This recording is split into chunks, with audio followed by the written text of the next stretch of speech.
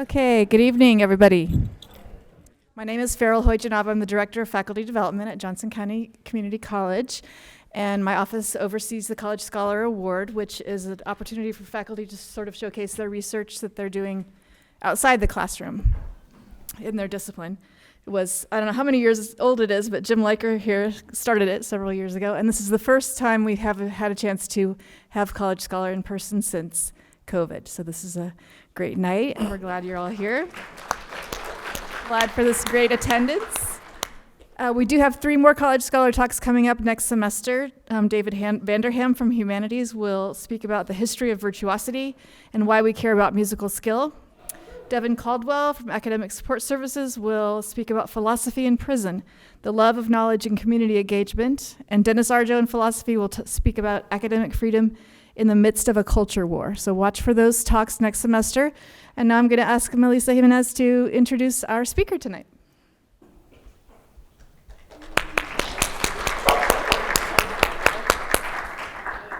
Good evening, everyone. I've quickly learned that there is crying in research because just completed my dissertation. So they picked the sappiest person to read this, but I'm going to keep it together. It is a privilege and honor to introduce my friend, my colleague, and truly an equity-minded leader that I have learned so much from. So Dr. Christy Whitman Howell has served as Sustainability Education and Engagement Coordinator in the Center for Sustainability at Johnson County Community College since 2014. She advises the campus's student leadership group, the Student Sustainability Committee, and supports curriculum development and campus sustainability engagement and manages our institutional sustainability reporting requirements. Since 2017, Christy has also taught in the honors program. Christy serves JCCC in a number of capacities. Her doctoral research has informed work across the campus in many DEI efforts. She began working in DEI as a founding member of the task force 5 years ago and currently serves as a co-chair on the DEI strategic planning team. In 2021, she was elected to represent her division on staff and college councils. In all of these things, Christy is known for creating collaborative relationships across the institution that blur the line between faculty and staff. She breaks down silos and amplifies student voices while fostering connections that make sure all feel safe and empowered to speak their truth. And she does it all while knitting and probably having some caffeine. Christy holds an EDD in Community College Leadership from Northern Illinois University, where her research focused on the history and development of community colleges in white flight towns, and an MA in Social Responsibility and Sustainable Communities from Western Kentucky University, with a focus in sustainability-related curriculum development in the humanities. As an undergrad at Mississippi Gulf Coast Community College and the University of Southern Mississippi, Christy hoped to either teach history or live on a boat and tour with Jimmy Buffett and the Coral Reefers. So she majored in history and music. Both still bring her much joy. Beginning in January, Christy will be taking on a new position at the University of North Carolina, Greensboro. The hole she leaves feels unfillable, but we're happy for this last opportunity to share in her wisdom. I told you all, bad person, and sense of humor. You know that I believe in lighthouses, and you truly are one, my friend. So we are ready to hear your brilliance.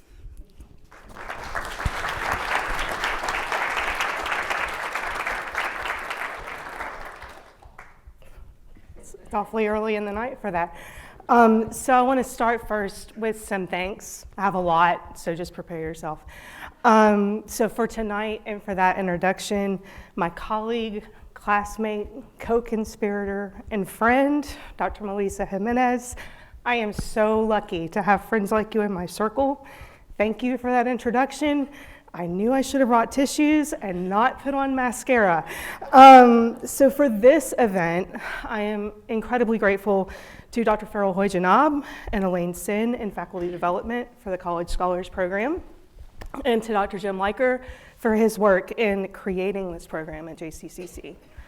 I owe a special debt of gratitude in absentia to my dear friend and colleague, Dr. Ann Dotter, with whom I've taught in the honors program for the past several years, without which I wouldn't have faculty status, so I wouldn't be here. All of this work tonight began over 5 years ago as part of my dissertation research, and that process would have been a lot less enjoyable and a lot more painful without the support of my boss, Dr. Jay Antle, and my colleagues in the Center for Sustainability, several of whom I see here tonight, but especially Michael Ray and Crystal Antone. This, like all good histories, is an archival project. And without maintained archives here at JCCC, it would not have happened at all.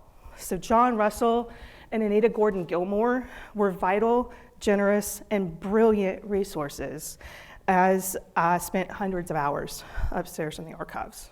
We are so fortunate to have well-trained, passionate, and talented staff who preserve our institutional history here on this campus. We're also really fortunate to have strong local history resources that we can rely on to fill the gaps in the historical record. And Johnson County Museum and the Johnson County Central Resource Library, thank you, Andrew, as well, for both helping me find really strong resources that filled a lot of those gaps. So what you're going to hear tonight is really only part of my research. That was a comparative historical case study that compared JCCC and the College of DuPage in Glen Ellen, Illinois.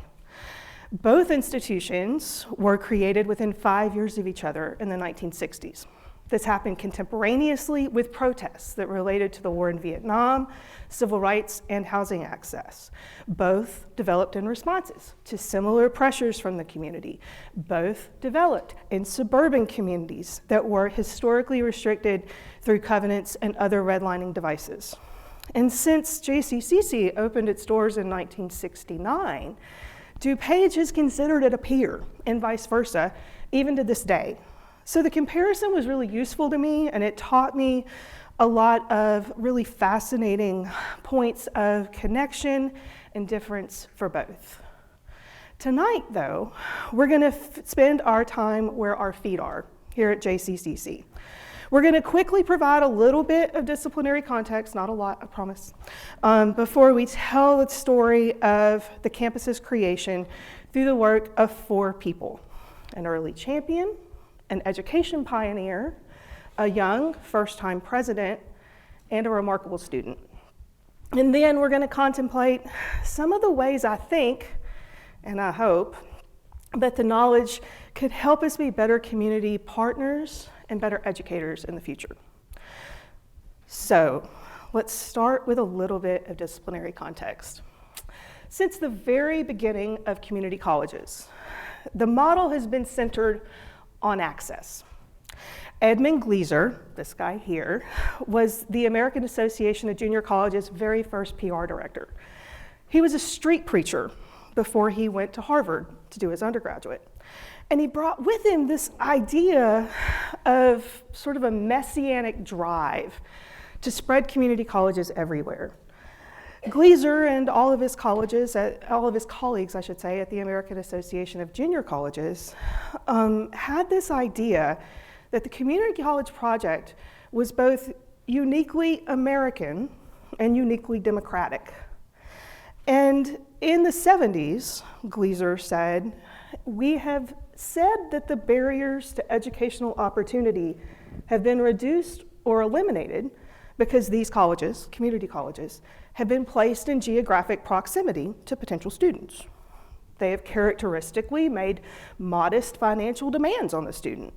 They are non-selective in admissions policies.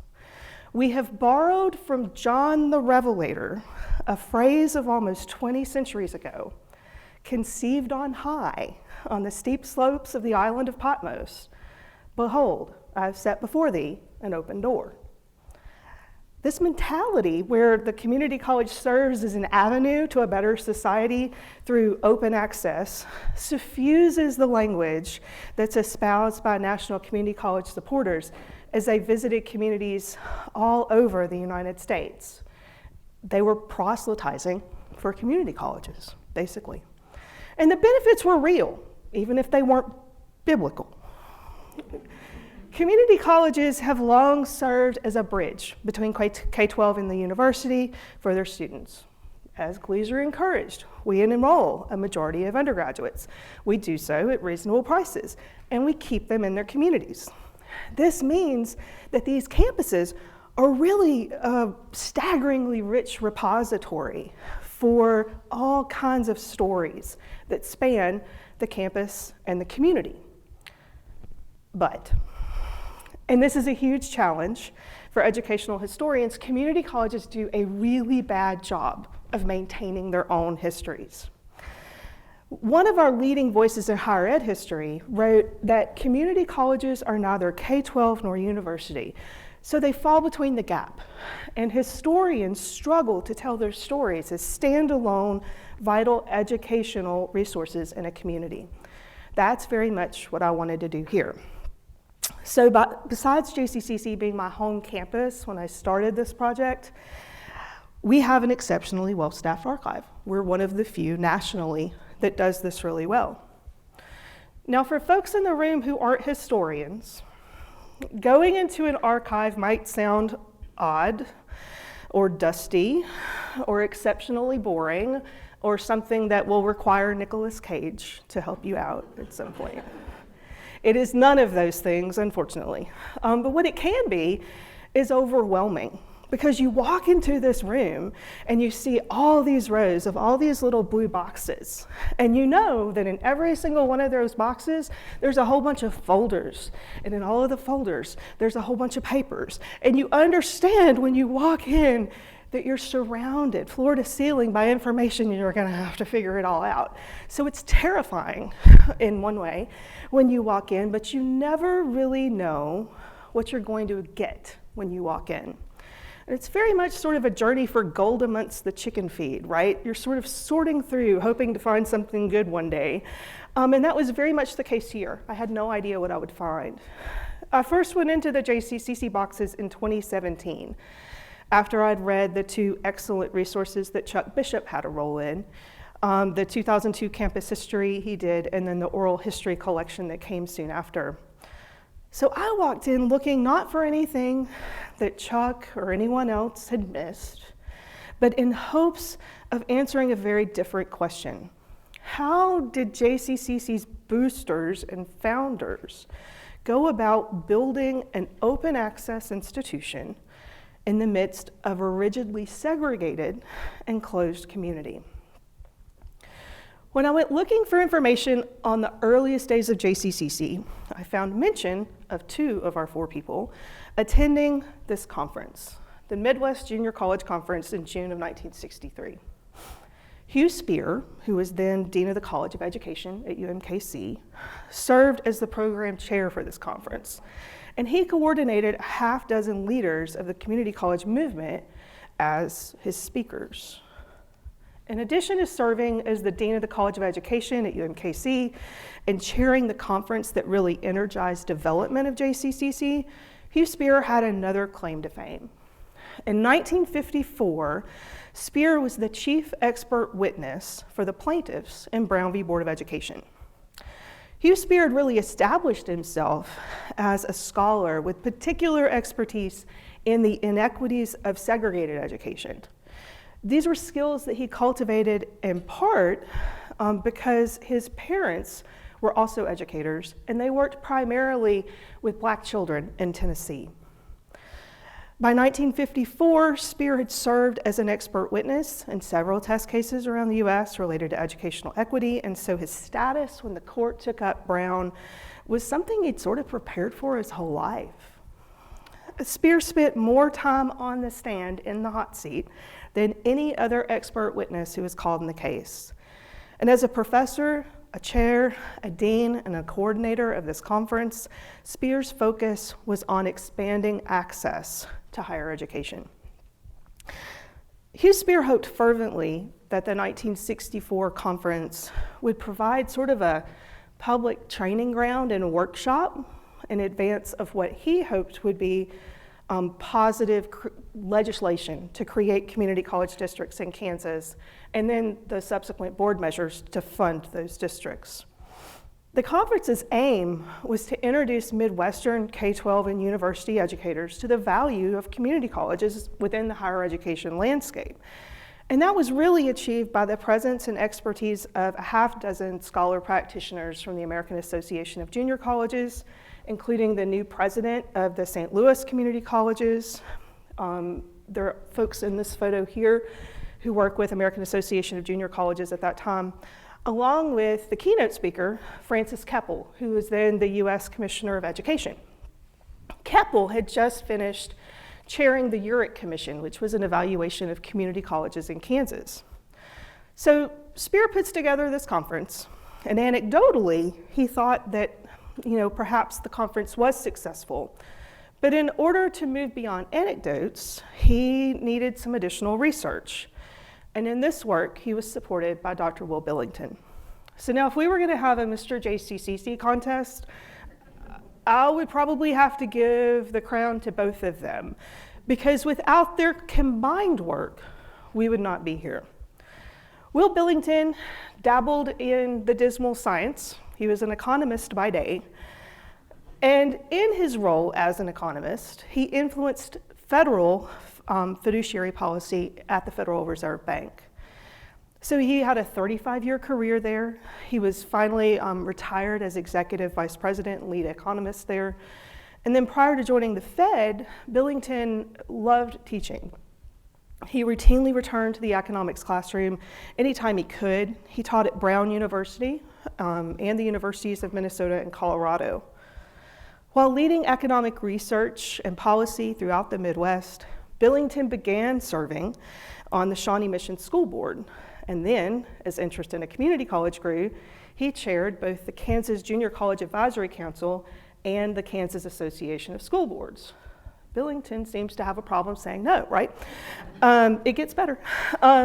So when he was asked by the Johnson County Board of Commissioners, Will Billington agreed to coordinate the community study to determine the feasibility of a community college in Johnson County, while doing all of these other things. And he coordinated an army of volunteers from the Shawnee Mission League of Women Voters and the American Association of University Women. These women were phenomenal leaders getting the survey out after Billington and his staff at the Fed had developed it. And when they were done, basically what they found was that the community college was sorely needed, and that taxpayers really wanted other educational alternatives within the county. I always like to share, I spent many years in institutional research. I always like to share that the feasibility study was expertly conducted by these women because they had an 88% response rate. Yeah, right? That doesn't happen. These women apparently didn't let anybody say no, but they had 88% of their sample of registered voters who responded to the survey, and the data that they amassed showed that 70% of eligible Johnson County seniors went on to college, but only half of those stayed beyond 2 years. So the Citizens Committee data were further parsed, and eventually they determined also that there was considerable interest for the campus in Johnson County based on 3 big concerns. So the first one was population growth and institutional overcrowding at the universities to which most folks went. They were also really concerned about parental hopes to keep their children close to home. So you have population, overcrowding, and we don't want you going somewhere else. That's really coming out of parents' mouths in all of these surveys. Something needed to fill that gap, and with the feasibility study in place and then state legal support, by 1965, Billington and Spear had the structure, if not the money, to make a campus. And as the KC Metro grew, the need became increasingly pressing. So when we think about population growth in the 50s and 60s, we often hear explosive growth, right? That's sort of the phrase that we hear. And it's really overused, I think, but it definitely applies in this case. From 1960 to 1967, Johnson County, Kansas was the fastest growing county in the country. In that 7-year period, the county grew by 129%. People were a little freaked out. And you really see that play out in the Kansas City Star op-ed pages. So you have writers who are covering the region's growth, and they're writing these sort of hand-wringing, panicky editorials about newcomers and how they don't go to church, and drivers and how we don't have enough streets, and how the drivers who drive on the streets are really bad drivers. And depending on the side of the argument you came down on, people were either really encouraged by the number of sidewalks they saw coming in, or they were really freaked out about the number of sidewalks that were going in. And some people saw them as safe and others saw them as unsafe. And so all of these editorial commentaries were sort of also bolstered by lots of letters to the editor. Eventual JCCC lawyer Ben Craig, he was one of many frequent letter writers to the Sun newspaper, which is a local newspaper here in Johnson County. And he frequently talked about how worried he was that this massive population growth would change the fundamental character of Johnson County. Now, while the county's character might have been malleable, perhaps, the structures that underpinned it were less so. Beginning in the 1920s, J.C. Nichols shaped the rapidly developing Kansas City region as the owner of a land development company. He was also an appointee to the Federal Housing Authority. Now today, we know Nichols worked to develop the plaza and its distinctive architecture that highlights high-dollar retail establishments. And in the 1960s, what the Nichols Company was primarily engaged in was residential land work. So by the 60s, the Nichols Company controlled or had developed nearly 20% of the total acreage of Johnson County. That encompassed Prairie Village, Roland Park, and Fairway, among others. Nichols' early control of Johnson County housing markets meant that later developers, like the Crow brothers down here on the bottom, did so under proactive, restrictive covenants that were enforced by mandatory homeowners associations. So what these rules did was they restricted ownership based on race, nationality, and faith. And those practices became the standard for Kansas City area home construction and sale. In Johnson County, the practice continued until 1962, when the last restrictive covenant was placed on a new development. Both residents and prospective buyers then, including those who would eventually advocate for a college in the county or buy homes near the proposed campus, navigated this market. Throughout the 1960s, as Johnson Countyans canvassed, met, and planned for a new community college, rigidly enforced housing segregation for would-be students or employees or any other resident in the county persisted. Protests against residential restrictions bubbled up occasionally around the county, and quieter but no less radical seminars did as well. These were especially popular at Village Presbyterian Church in Prairie Village, Kansas. They happened in the direction of Reverend Dr. Bob Mineley, who was also a very, very dear friend to the college. In October of 1969, the church offered one of its many well-attended seminars that was presented by two Black realtors, Donald Sowing and Howard Haskin. They spoke in turn on the problems of Black ownership in Johnson County. And the Reverend, as you can see here, spoke often from the pulpit on issues that were related specifically to race, equity, and housing in the area. With one notable exception, early advocates for Johnson County's community college remained silent on the integration topic. And it's an important silence, I think, because any resident member of the Citizens Committee and all of the first Board of Trustees candidates would have lived either in or very near a neighborhood that was subject to racially restrictive covenants. As engaged and politically active citizens who were running for office themselves, they would have heard regular reports on open housing fora around Johnson County and in Kansas City, and many of them even attended and spoke from these same pulpits in support of the community college when they were hosting their fora on opening the campus. but only one early leader ever spoke out frankly about the problem of restricted housing and its legacy in educational access, and that's Hugh Spear. By the time of the Open Housing Conference, work had progressed on the college staffing front, and Spear and Billington, along with others who'd been elected to the board, had named a president. And now it's time to introduce you to the next of our four folks, Dr. Robert C. Harris. In an oral history that he conducted years after leaving the college, Bob Harris described his impression of the board's frustration at still not finding the ideal candidate. It seems that in desperation, the search chairman, Hugh Spear, had called sort of frantically to former colleagues, and he got in touch with one at Michigan State who recommended Bob Harris. He was one of his research assistants and had just finished his doctoral work. Prior to enrolling at State, Harris served 25 years in the Marine Corps, and he'd only graduated in 1967. And looking back, he recalled of the interview that I went in right out of the PhD program. I was so green, I didn't know what I didn't know.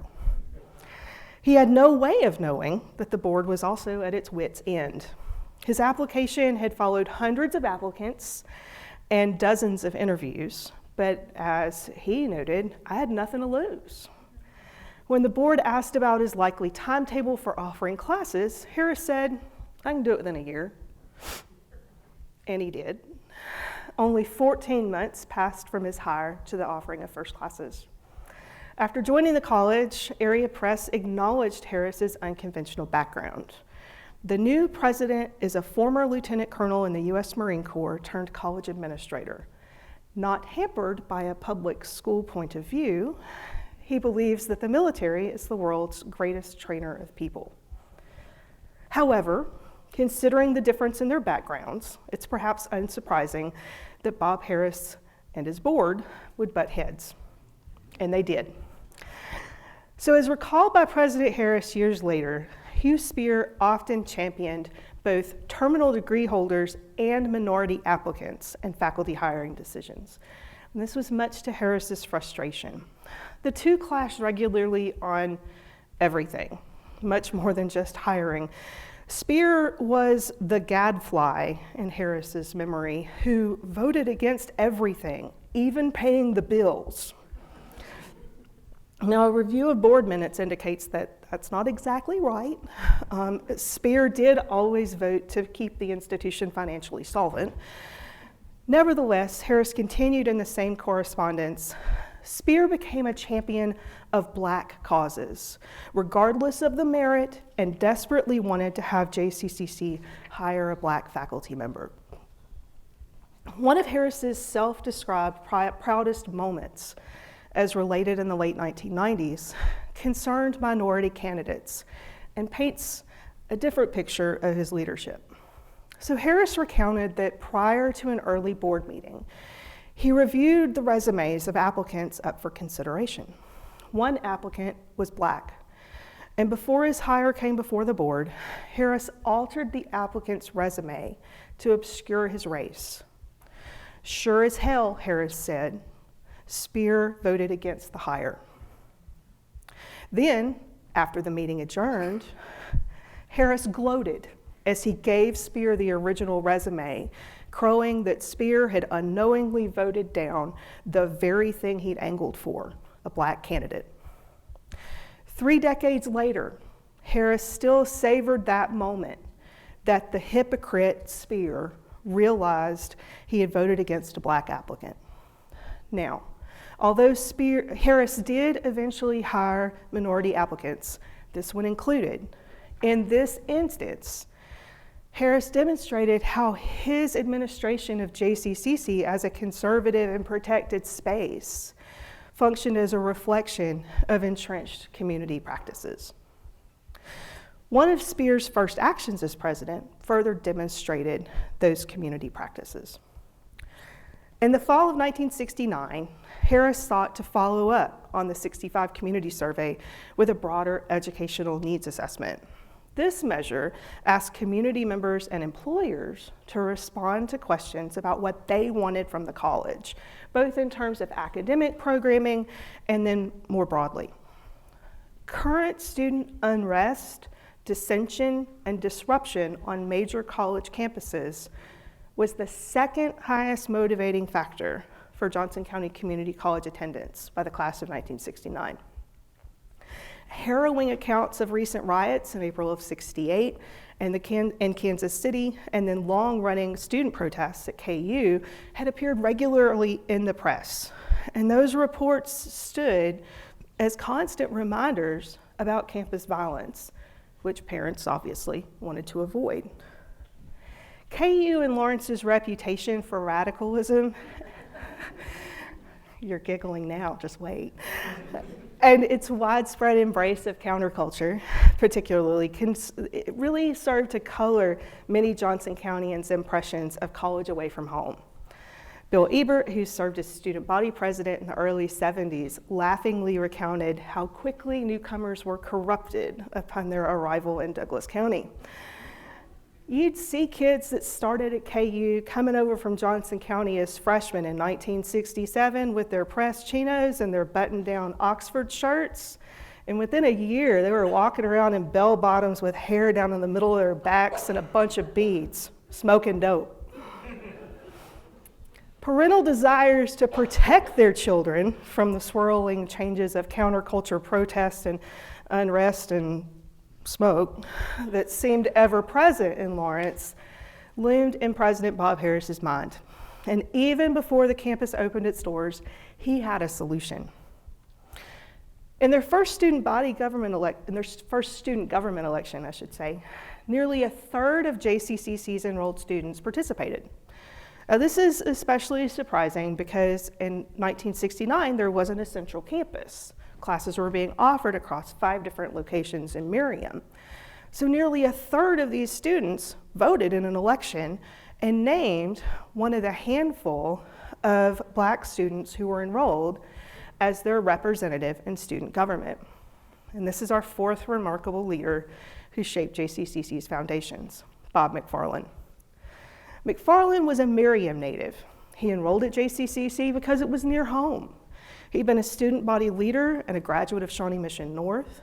His parents and his older siblings had been active in integrating the district, and he was popular, bright, he had a sly sense of humor, and a keen knack for community-minded leadership. McFarland won both student elections, high school and JCCC, in a landslide. With his election to student government at JCCC, McFarland was also named to the Metro Area Open Housing Committee as one of the few student members. So he represented both his campus and his community in that work. McFarland's political talents were also useful at JCCC in supporting Harris's solution for managing student feedback. These morning open forums that he decided would be developed in response to another of Harris's most enduring memories. When campus unrest finally came to JCCC, it was in response to the Kent State murders.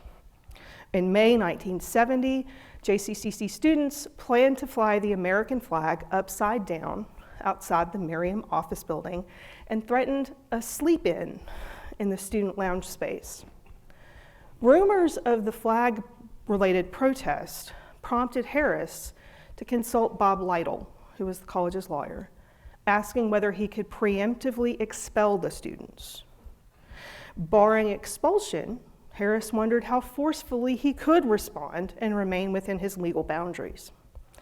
And after lengthy consultation with faculty and cabinet, Harris eventually agreed to offer an hour-long speaker's corner each morning in front of the student union space at the Merriam campus, and that space would be supported by student leaders. Hopefully, he reasoned, this would diffuse subsequent plans for campus protests. And apparently it did, because there are no further indications of walkouts, sit-ins, sleep-ins, or other protests.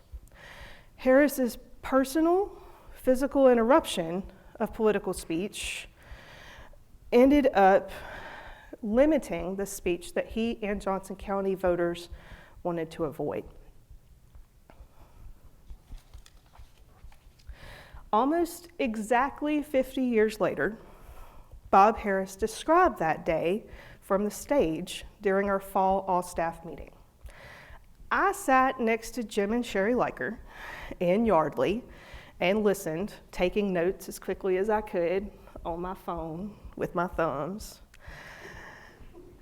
As Harris described, what he said was the most memorable moment in his presidency, when he'd heard that students were starting a chant outside the Miriam campus's administrative offices. Harris had a converted grenade that he used as a desktop lighter. And he grabbed that grenade, he ran towards the door, grabbed his Marine cap, put it on his head, and he said, "I told them they could protest if they wanted, but they could not do it here." In this action, Bob Harris physically embodied the desires of Johnson County taxpayers who said in that educational needs survey that they wanted to keep their children safe from protest and change.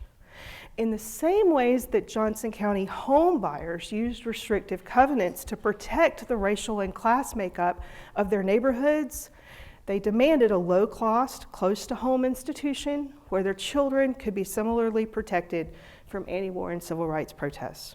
And they found a champion in that in Bob Harris. Johnson County Community College and Johnson County as a whole, to a large degree, were created then as a bubble within a bubble, where the campus at the corner of College and Quivira protected students from civil rights and anti-war protests, while their families were likewise protected by restrictive covenants. Now, the last thing I promised to do was to give y'all some homework.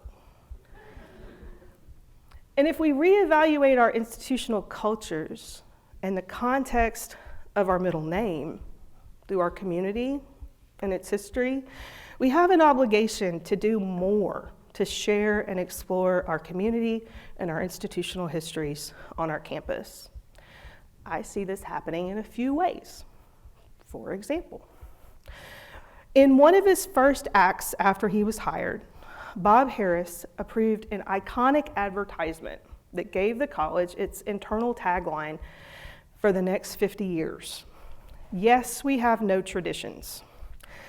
This was a hiring posting for new employees, and it suggests, it's a little small, but I tried to make it a little bigger for you. It suggests that the area's growth is really part of the college's culture. But when we take a look at the broader context of Johnson County's history and the histories of suburban America, we might see this advertisement in a different light. And I think that context can help us be better educators. Archival tools offer us all kinds of support for the challenges that all institutions face. And these might sound familiar, whether you're imagining the 60s or 2022. Students' right to protest, diverse students' sense of belonging, anti-intellectual or anti-indoctrination concerns from the community at large. These are all old questions and well-worn concerns, even on campuses such as JCCC, where for 50 years we celebrated having no traditions, even as our surrounding community had profoundly harmful traditions in place. Institutions then have a twofold mandate. First, leaders have to take an interest in their institution's archival holdings, not to micromanage, I'm not advocating administrative micromanagement, but to learn. Often the most instructive parts of institutions' really messy histories get left and are rarely included in any detail when new leaders come to campus. And historical context could help ease transitions and develop new leaders in new ways. Second, leaders, I think, have to find ways to make their campus histories more explicit. This could be signage, contextualizing campus buildings and common spaces, or campus as a living laboratory work that focuses on community and institutional histories. Now, as a lifelong community college practitioner and as a historian, I think institutional histories that really shine a light on contemporary concerns need to become part of a campus's embedded curriculum, as much a part of colleges, clubs and organizations, or lab spaces.